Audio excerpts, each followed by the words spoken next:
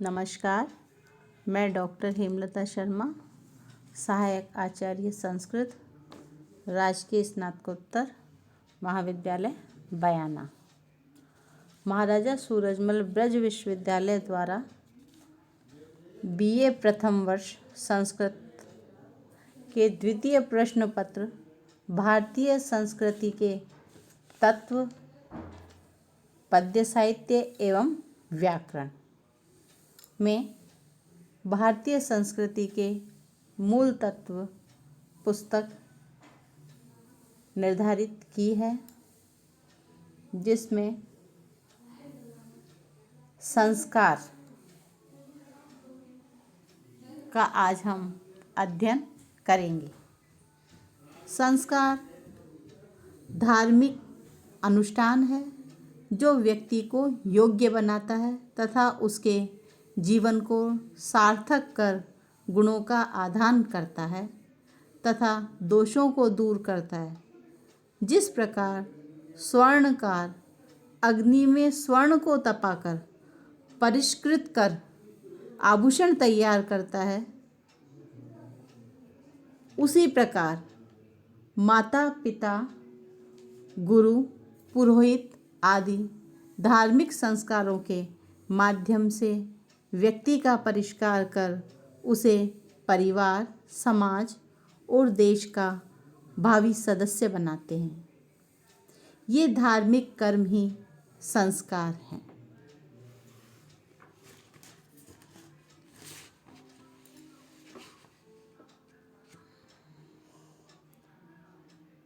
हिंदुओं में संस्कारों का विशेष महत्व है।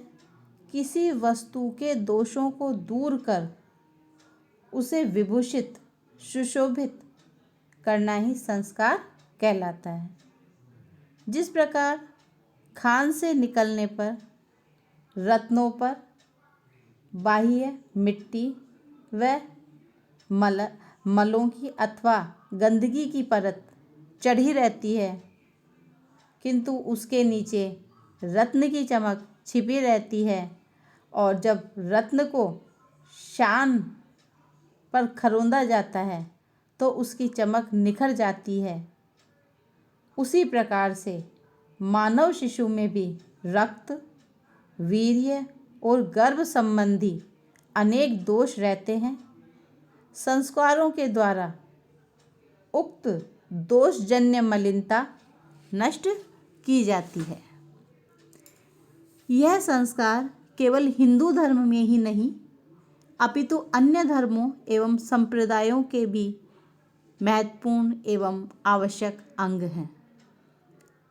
संस्कारों का व्यवस्थित रूप धर्म सूत्र एवं स्मृतियों में प्राप्त होता है।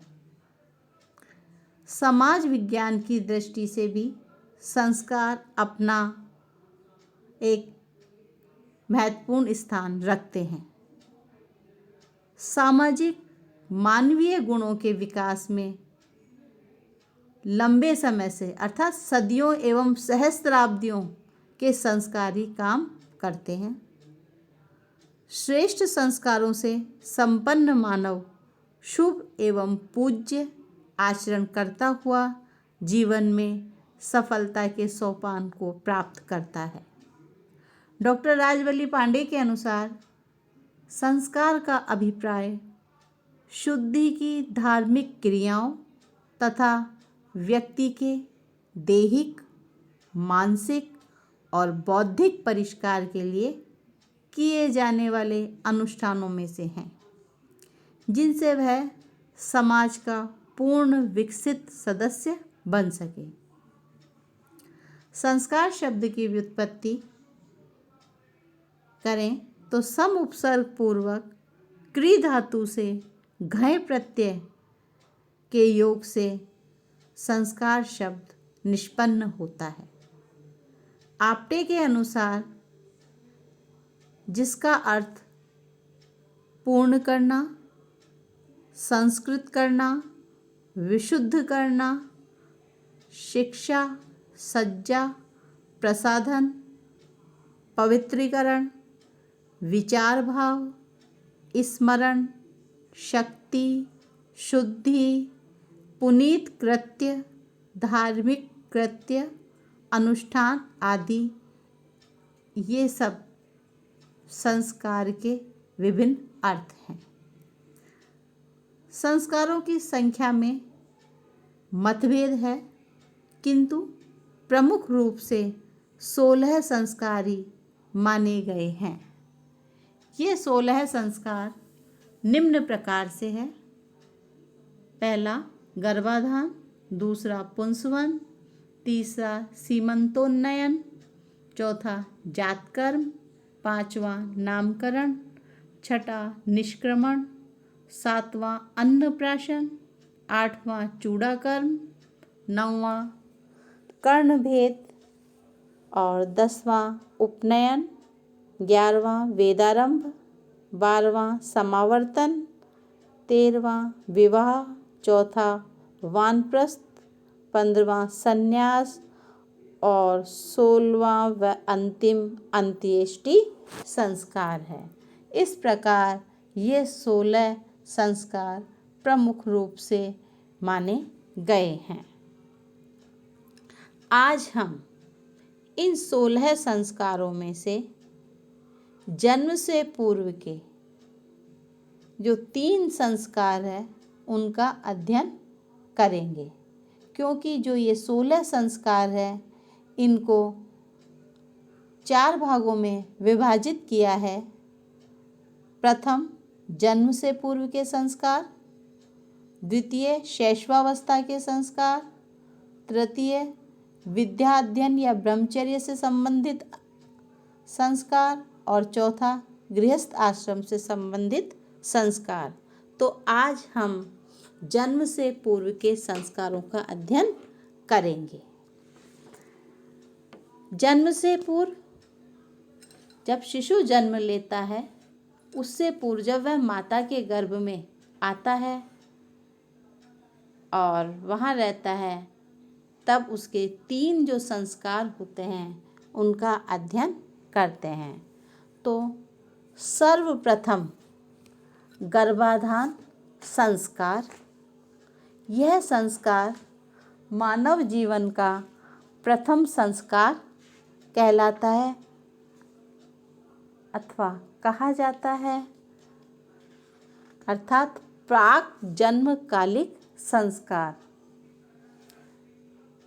जिस धार्मिक क्रिया के द्वारा पुरुष धर्मपत्नी के जठर में या गह्वर में वीर्य स्थापित करता है उसे गर्भाधान संस्कार कहते हैं।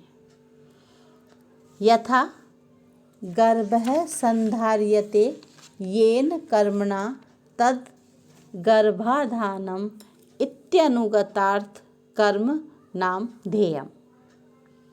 गर्भाधान एक यथार्थ कर्म है। यह स्वउद्देश्य है, अर्थात कोई ना कोई उद्देश्य लेकर ही होता है। तो वह उद्देश्य क्या है? क्योंकि संतानोत्पाद के निमित्त, तो इसका उद्देश्य संतान उत्पत्ति करना है।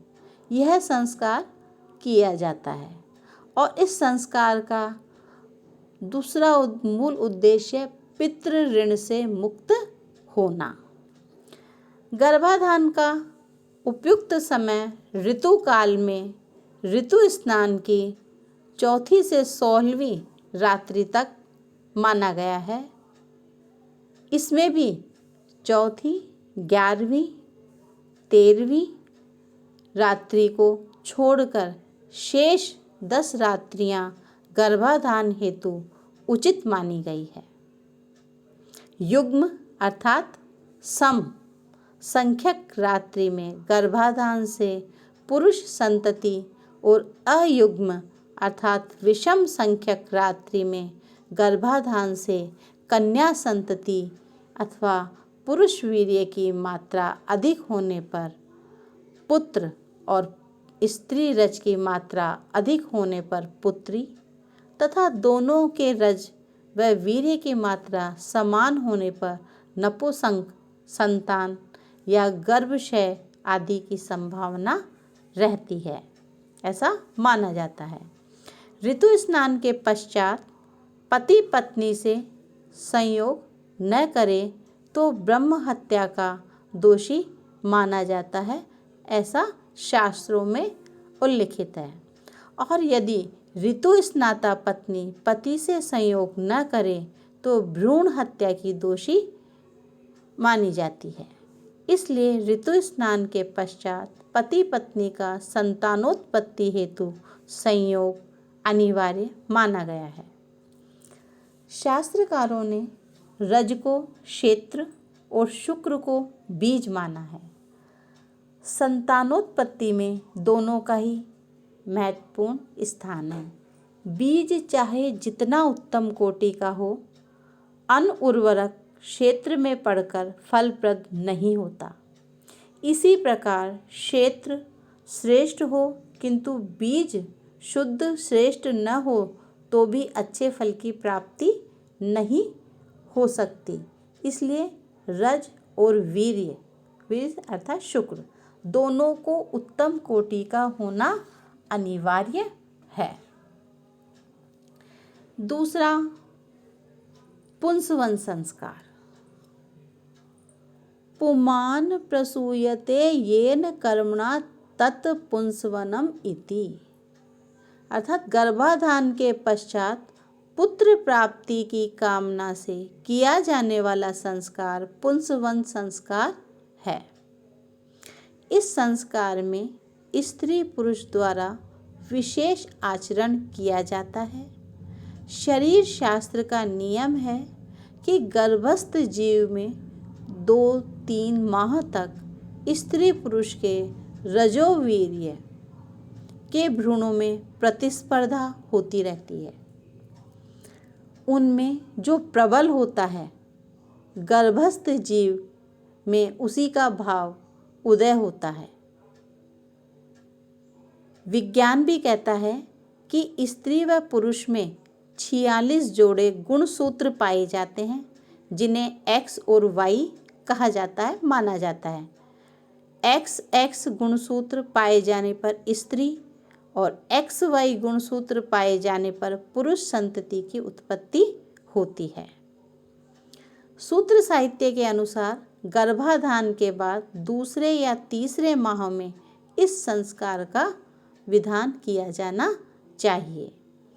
अधिकांश लोग पुत्र की कामना करते हैं क्योंकि पुत्र शब्द की व्युत्पत्ति पुन्नाम्नो नरकात्रायते इति पुत्र है, ऐसा मानते हैं। मनोविज्ञान के अनुसार गर्भकालिक अवस्था में गर्भिणी की मानसिक दशा का शिशु के मस्तिष्क पर अत्यधिक प्रभाव पड़ता है। इसलिए गर्भिणी स्त्री को सम्यक आहार, सम्यक विचार और सम्यक आचरण के विषय में विशेष निर्देश दिए जाते हैं, क्योंकि सम्यक आचरण गर्भस्थ शिशु पर अच्छा प्रभाव करता है। पुंसवनम पुरा संदते इति मासे द्वितीय तृतीय वा, अर्थात गर्भाधान के पश्चात दूसरे या तीसरे माह में करने का विधान है। पुंसवन संस्कार के समय गर्भिणी को पुंस संतति के उद्देश्य से जो औषधि दी जाती थी, उस के संदर्भ में सुश्रुत संहिता ने लिखा है कि पुत्र प्राप्ति के लिए सुलक्ष्मणा, वटश्रृंग, सहदेयी, विषदेयी इन 4 औषधियों को दूध के साथ घोटकर उसके रस की 3 अथवा 4 बूंद गर्भिणी के दक्षिण नासापुट में डालना चाहिए। इस प्रकार ये पुंसवन संस्कार की संक्षिप्त जानकारी हुई। अब है सीमंतोन्नयन संस्कार। सीमंत उन्नीयते यस्मिन् कर्मणि तत् सीमंतोन्नयनम इति कर्मणि नामधेयम्, अर्थात जिस संस्कार में गर्भिणी स्त्री के बालों को पति के द्वारा ऊपर की ओर उठाया जाता है, अर्थात उन्नयन किया जाता है, वह सीमंतोन्नयन संस्कार कहलाता है। सीमंत से तात्पर्य सिर में स्थित जो 5 संधियां होती हैं वो सीमंत कहलाती हैं। इस संस्कार को करने के समय में विद्वानों में मत वैभिन्न है। यथा आश्वायन सूत्रानुसार गर्भाधान के पश्चात चतुर्थ मास में, पाराशर के अनुसार छठे अथवा 8वें मास का विधान है। इसलिए चौथे मास से 8वें मास के किसी भी दिन शुक्ल पक्ष में शुभ तिथि और पुंस नक्षत्र युक्त चंद्रमा को देखकर यह समारोह आयोजित किया जाता है। तो आज हमने षोडश संस्कारों में से प्रथम 3 संस्कार जो कि जन्म से पूर्व के संस्कार हैं, जिन्हें प्राककालीन संस्कार कहा जाता है, उनका अध्ययन किया है। अगली क्लास में अर्थात अग्रिम क्लास में हम शैशवावस्था के संस्कारों के विषय में अध्ययन करेंगे। धन्यवाद।